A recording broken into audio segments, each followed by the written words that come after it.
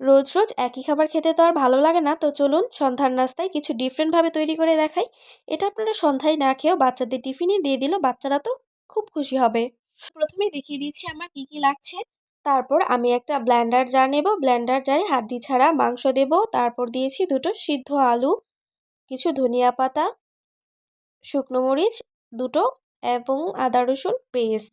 দিয়ে দেবো হলুদ, মরিচ, লবণ, গোলমরিচ গুঁড়ো এবং ম্যাজিক মশলা।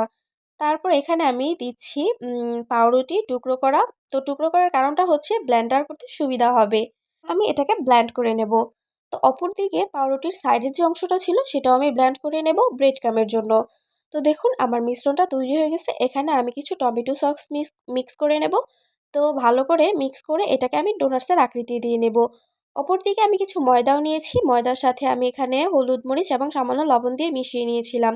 তো প্রথমে আমার ডোনাটসটাকে ওই ময়দার মধ্যে মিশিয়ে ডিমের মিশ্রণটাতে দিয়ে তারপর ব্রেড ক্রাম্বটা ভালো করে লাগিয়ে অল্প আঁচে তেলে ভেজে নেব।